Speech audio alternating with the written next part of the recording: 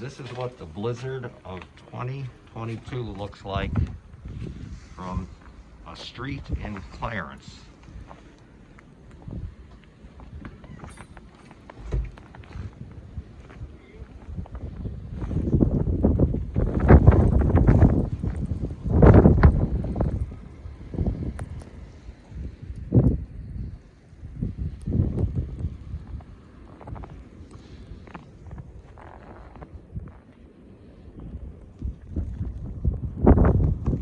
That's how to cross the street, the third house down.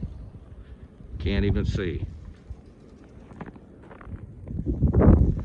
Drifting has already started. Welcome to Buffalo.